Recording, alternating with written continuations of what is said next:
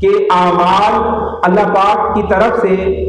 ہر انسان کے اعمال اس کے محافظ فرشتے کرام کاتبین جو ہے وہ لکھتے رہتے ہیں۔ میں اور آپ اگر اچھا کام کرتے ہیں تو جو دائیں کندھے پہ فرشتہ بیٹھا ہے وہ اس کو لکھ لیتا ہے۔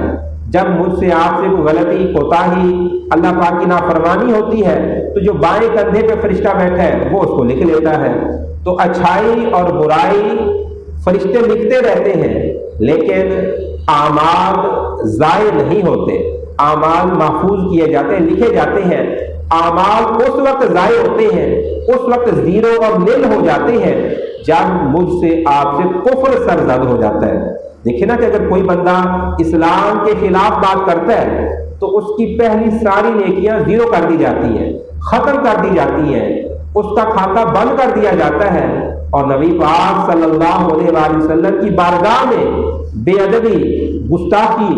اور ان کی بارگاہ میں، یا میں تو یہ کہوں گا ان کے بارے میں ایسے الفاظ کہہ دینا جس طرح میں اور آپ آپس میں ایک دوسرے کے لیے بولتے ہیں، یہ بھی اعمال کے ضائع ہونے کی سبب ہے۔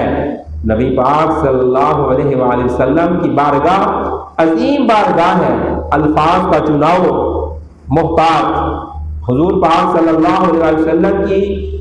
قبر انور پر، روضہ انور پر اگر حاضری کا شرف ملے تو وہاں تو سانسوں کا تعلق جو ہے وہ بھی باادب طریقے سے ہو، قرینے کے ساتھ ہو،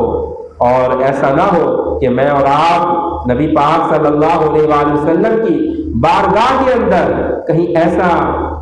کوئی اقدام کر بیٹھے جس سے نبی پاک صلی اللہ علیہ وآلہ وسلم کی عظمت اور شان کے اندر کوئی کمی یا کجی ہم سے سرزد ہو۔